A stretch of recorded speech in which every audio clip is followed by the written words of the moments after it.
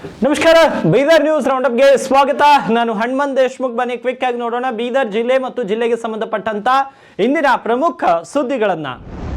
ಮಾಜಿ ಮುಖ್ಯಮಂತ್ರಿ ಬಿಎಸ್ ಯಡಿಯೂರಪ್ಪನವರು ಕೃಷಿ ಬಜೆಟ್ ಮಂಡಿಸಿದ ಮೊದಲ ನಾಯಕ ಮತ್ತು ರೈತರ ನಿಜವಾದ ಕಣ್ಮಣಿ ಅಂತ ಮಾಜಿ ಶಾಸಕ ಪ್ರಕಾಶ್ ಖಂಡ್ರೆ ಗುಣಗಾನ ಮಾಡಿದ್ದಾರೆ. ಭಾಲ್ಕಿಯಲ್ಲಿ ನಡೆದ ಪತ್ರಿಕಾಗೋಷ್ಠಿಯಲ್ಲಿ ಮಾತನಾಡಿದ ಅವರು, ಇದೇ ಮೇ 9ರಂದು ಚಿತ್ರದುರ್ಗದಲ್ಲಿ ಆಯೋಜಿಸಿರುವ ಬೃಹತ್ ಬಿಎಸ್ವೈ ಅಭಿಮಾನೋತ್ಸವಕ್ಕೆ ಭಾಲ್ಕಿ ತಾಲೂಕಿನಿಂದ ಸುಮಾರು 1,000ಕ್ಕೂ ಹೆಚ್ಚು ಅಭಿಮಾನಿಗಳು ಭಾಗವಹಿಸಲಿದ್ದಾರೆ ಅಂತ ತಿಳಿಸಿದ್ರು. ಕೇಂದ್ರ ಗೃಹ ಸಚಿವ ಅಮಿತ್ ಶಾ ಅವರು ಉದ್ಘಾಟಿಸಲಿರುವ ಈ ಕಾರ್ಯಕ್ರಮವು ಜಾತ್ಯತೀತ ಮತ್ತು ಪಕ್ಷಾತೀತವಾಗಿ ನಡೆಯಲಿದ್ದು ಜಿಲ್ಲೆಯ ಜನರ ಸಕ್ರಿಯ ಪಾಲ್ಗೊಳ್ಳುವಿಕೆಗೆ ಕರೆ ನೀಡಿದರು. ಸಂಸದ ಗೋವಿಂದ ಕಾರಜೋಳ ಈ ಕಾರ್ಯಕ್ರಮದ ಅಧ್ಯಕ್ಷತೆಯನ್ನ ವಹಿಸಲಿದ್ದು ಜಿಲ್ಲೆಯಿಂದ ಭಾರಿ ಸಂಖ್ಯೆಯ ಜನಸಾಗರ ಸೇರುವ ನಿರೀಕ್ಷೆ ಇದೆ.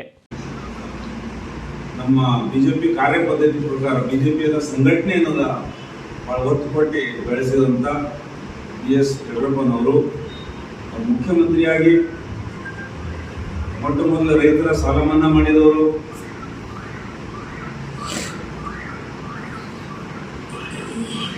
ಹುಡುಗರಿಗೆ ಸೈಕಲ್ ಏನದ 8ನೇ ತರಗತಿ ಏನದ ಹಿಡ್ಕೊಂಡು ಹುಡುಗ ಮತ್ತು ಇಬ್ಬರಿಗೂ ಸೈಕಲ್ ಕೊಡುವಂತ ಯೋಜನೆ, ಹುಡುಗರಿಗೆ ಓದಂತ ಆಸಕ್ತಿ ಹೆಚ್ಚು ಬೆಳೆಯಲಂತ, ಮತ್ತ ಭಾಗ್ಯಲಕ್ಷ್ಮಿ ಬಾಂಡು,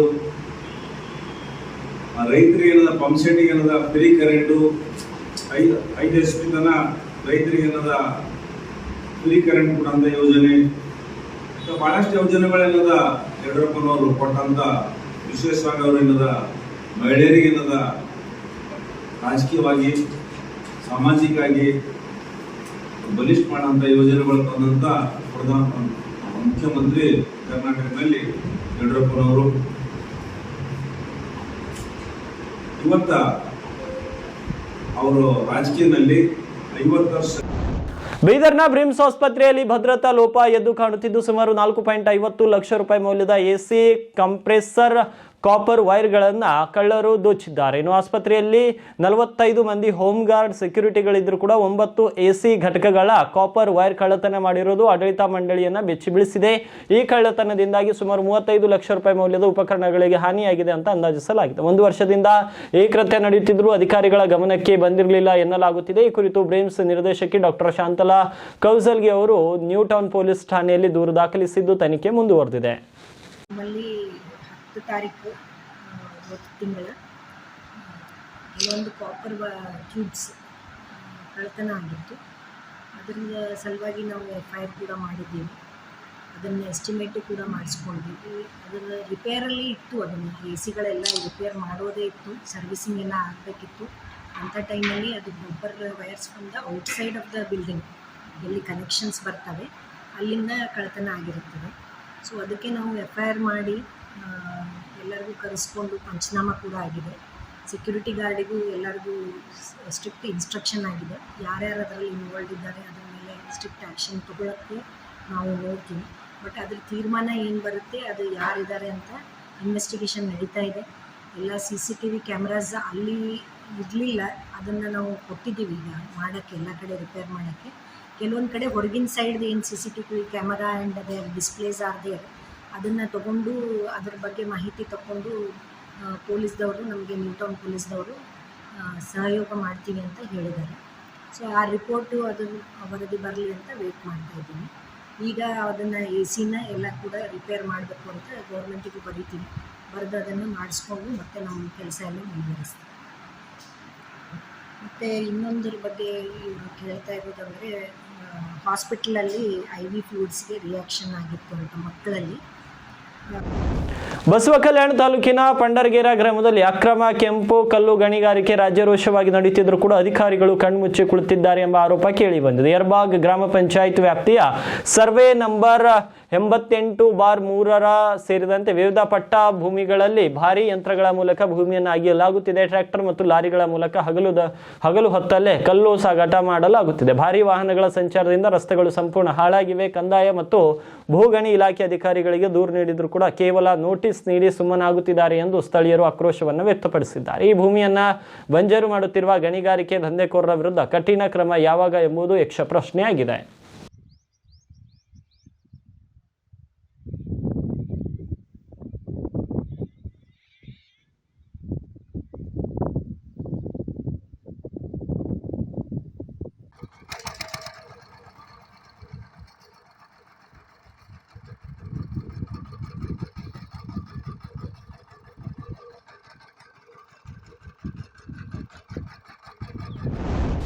ಬೀದರ್ ಬ್ರಿಮ್ಸ್ ಆಸ್ಪತ್ರೆಯಲ್ಲಿ ಚಿಕಿತ್ಸೆ ಪಡೆಯುತ್ತಿದ್ದ 7 ಮಕ್ಕಳ ಆರೋಗ್ಯದಲ್ಲಿ ಸಲೈನ್ ಅಂದ್ರೆ ಗ್ಲುಕೋಸ್ ನೀಡಿದ ಬಳಿಕ ದಿಢೀರ್ ಏರುಪೇರು ಉಂಟಾದ ಘಟನೆ ತಡವಾಗಿ ಬೆಳಕಿಗೆ ಬಂದಿದೆ. ಮಾರ್ಚ್ ಮತ್ತು ಏಪ್ರಿಲ್ ಅವಧಿಯಲ್ಲಿ ನೀಡಲಾದ RL ಮತ್ತು DNS ನಂತಹ ಸೈಲನ್ಗಳ ಅಡ್ಡ ಪರಿಣಾಮದಿಂದಾಗಿ ಮಕ್ಕಳಿಗೆ ಚಳಿ, ಜ್ವರ, ವಾಂತಿ ಕಾಣಿಸಿಕೊಂಡಿದ್ದು ವೈದ್ಯರು ತಕ್ಷಣ ಚಿಕಿತ್ಸೆ ನೀಡಿ ಮಕ್ಕಳನ್ನ ಅಪಾಯದಿಂದ ಪಾರು ಮಾಡಿದ್ದಾರೆ. ಈ ಕುರಿತು ಗಂಭೀರವಾಗಿ ಪರಿಗಣಿಸಿರುವ ನಿರ್ದೇಶಕಿ ಡಾಕ್ಟರ್ ಶಾಂತಲಾ ಕೌಜಲ್ಗಿ ಆ ನಿರ್ದಿಷ್ಟ ಬ್ಯಾಚ್ನ ಸಲೈನ್ಗಳನ್ನು ಬಳಸದಂತೆ ಆದೇಶಿಸಿದ್ದಾರೆ ಮತ್ತು ಮಾದರಿಗಳನ್ನು ಪರೀಕ್ಷೆಗಾಗಿ ಔಷಧ ನಿಯಂತ್ರಣ ಪ್ರಯೋಗಾಲಯಕ್ಕೆ ಕಳುಹಿಸಿದ್ದಾರೆ.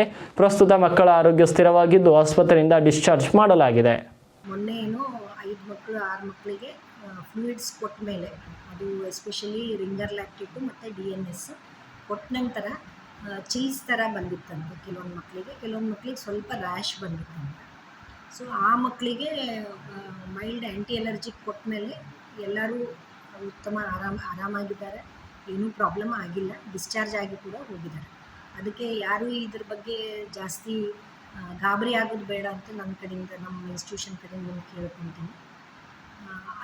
ಆ ಬ್ಯಾಚ್ ಏನಿದೆ ಅದನ್ನು ನಾವು ಆಲ್ರೆಡಿ ಸ್ಟಾಪ್ ಮಾಡಿದ್ದೀವಿ. ನಮ್ಮಲ್ಲಿ ಫಾರ್ಮಕೋವಿಜಿಲೆನ್ಸ್ ಕಮಿಟಿ ಇದೆ, ADR adverse drug reaction committee, which is constituting of the HODs of various departments and some of the associate professors. That is called as casualty assessment committee. ಈ committee ಅದನ್ನು ಎಲ್ಲ assess ಮಾಡಿ ಈಗ ನಾವು ಅದನ್ನು through the VG flow we have sent the report to Ghaziabad. That is a pharmacovigilance committee, Central Pharmacovigilance Committee ಗಾಜಿಯಾಬಾದ್ಗೆ online reporting ಕೂಡ ಮಾಡಿದ್ದೀವಿ. ಆಮೇಲೆ ಆ ಬ್ಯಾಚ್ದೇನು IV ಫ್ಲೂಯಿಡ್ಸ್ ಇದ್ದಾವೆ. ಬೀದರ್ ಜಿಲ್ಲೆಯ ಮರಕುಂದ ಗ್ರಾಮ ಲೆಕ್ಕಾಧಿಕಾರಿ ಶಿವಕುಮಾರ್ ಮತ್ತು ಅವರ ಸಹಚರ ಶರಣಯ್ಯ ಲಂಚ ಸ್ವೀಕರಿಸುವಾಗ ಲೋಕಾಯುಕ್ತ ಪೊಲೀಸರ ಬಲೆಗೆ ಬಿದ್ದಿದ್ದಾರೆ. ಮನೆಯ ಮುಟೇಷನ್ ಮಾಡಿಕೊಡಲು ಮಹಾದೇವ್ ಎಂಬುವರಿಂದ 5 ಲಕ್ಷ ರೂಪಾಯಿ ಲಂಚಕ್ಕೆ ಬೇಡಿಕೆ ಇಟ್ಟಿದ್ರು. ಈ ಬಗ್ಗೆ ದೂರು ನೀಡಿದ ಹಿನ್ನೆಲೆ ಬೀದರ್ ಲೋಕಾಯುಕ್ತ DOSP ಹನುಮಂತರಾಯ್ ನೇತೃತ್ವದ ತಂಡ ಕಾರ್ಯಾಚರಣೆ ನಡೆಸಿತು. ಡಾಬಾ ಒಂದರಲ್ಲಿ ಮುಂಗಡವಾಗಿ 2.50 ಲಕ್ಷ ರೂಪಾಯಿ ಲಂಚ ಪಡೆಯುತ್ತಿದ್ದಾಗ ಆರೋಪಿಗಳನ್ನು ರೆಡ್ ಹ್ಯಾಂಡ್ ಆಗಿ ಹಿಡಿಯಲಾಗಿದೆ. ಇಬ್ಬರು ಆರೋಪಿಗಳನ್ನು ಬಂಧಿಸಿ ನ್ಯಾಯಾಂಗ ಬಂಧನಕ್ಕೆ ಒಪ್ಪಿಸಲಾಗಿದೆ. ಬೀದರ್ ಮಹಾನಗರ ಪಾಲಿಕೆಯಲ್ಲಿ ಸೇವಾ ಒಪ್ಪಂದದ ಆಧಾರದ ಮೇಲೆ ತಾತ್ಕಾಲಿಕವಾಗಿ 6 ವಾಚ್ಮ್ಯಾನ್ ಹುದ್ದೆಗಳಿಗೆ ಅರ್ಜಿಯನ್ನು ಆಹ್ವಾನಿಸಲಾಗಿದೆ. 25ರಿಂದ 50 ವರ್ಷ ವಯೋಮಿತಿ ಒಳಗಿನ SSLC ಅಥವಾ PUC ವಿದ್ಯಾಭ್ಯಾಸ ಹೊಂದಿರುವ ಅಭ್ಯರ್ಥಿಗಳು ಅರ್ಜಿ ಸಲ್ಲಿಸಬಹುದಾಗಿದೆ. ಅಭ್ಯರ್ಥಿಗಳು ತಮ್ಮ ಅನುಭವ ಪ್ರಮಾಣ ಪತ್ರ ಮತ್ತು ಪೊಲೀಸ್ ಪರಿಶೀಲನೆ ಪತ್ರದೊಂದಿಗೆ ದಿನಾಂಕ 21/5/2026 ಒಳಗಾಗಿ ಪಾಲಿಕೆಯ ಕಚೇರಿಗೆ ಅರ್ಜಿ ಸಲ್ಲಿಸಬೇಕು ಅಂತ ಪಾಲಿಕೆ ಆಯುಕ್ತರು ಪ್ರಕಟಣೆಯಲ್ಲಿ ತಿಳಿಸಿದ್ದಾರೆ. ಅರ್ಹ ಅಭ್ಯರ್ಥಿಗಳು ಈ ಸದಾವಕಾಶವನ್ನು ಬಳಸಿಕೊಳ್ಳಬಹುದು. 2025-26ನೇ ಸಾಲಿನ ಮೆಟ್ರಿಕ್ ನಂತರದ ಹಿಂದುಳಿದ ವರ್ಗಗಳ ವಿದ್ಯಾರ್ಥಿ ವೇತನ ಮತ್ತು ಶುಲ್ಕ ಮರುಪಾವತಿ ಸೌಲಭ್ಯಕ್ಕಾಗಿ ಅರ್ಜಿ ಸಲ್ಲಿಸುವ ಅವಧಿಯನ್ನು ಮೇ 16ರವರೆಗೆ ವಿಸ್ತರಿಸಲಾಗಿದೆ. ಪ್ರವರ್ಗ 1ರ ಅಲೆಮಾರಿ ಮತ್ತು ಅರೆ ಅಲೆಮಾರಿ ವಿದ್ಯಾರ್ಥಿಗಳಿಗೂ ಇದು ಅನ್ವಯವಾಗಲಿದೆ. ಅರ್ಹ ವಿದ್ಯಾರ್ಥಿಗಳು SSP ಪೋರ್ಟಲ್ ಮೂಲಕ ಆನ್ಲೈನ್ನಲ್ಲಿ ಅರ್ಜಿ ಸಲ್ಲಿಸಬಹುದಾಗಿದೆ. ತಾಂತ್ರಿಕ ತೊಂದರೆಗಳಿದ್ದಲ್ಲಿ ಸಹಾಯವಾಣಿ ಸಂಖ್ಯೆ 8050770005 ಅನ್ನು ಸಂಪರ್ಕಿಸಲು ಜಿಲ್ಲಾಧಿಕಾರಿಗಳು ತಿಳಿಸಿದ್ದಾರೆ. ವಿದ್ಯಾರ್ಥಿಗಳು ಅಂತಿಮ ದಿನಾಂಕದವರೆಗೂ ಕಾಯದೆ ಶೀಘ್ರವಾಗಿ ಅರ್ಜಿ ಸಲ್ಲಿಸಿ ಯೋಜನೆಯ ಲಾಭ ಪಡೆಯಬೇಕು ಅಂತ ಕೋರಿದ್ದಾರೆ.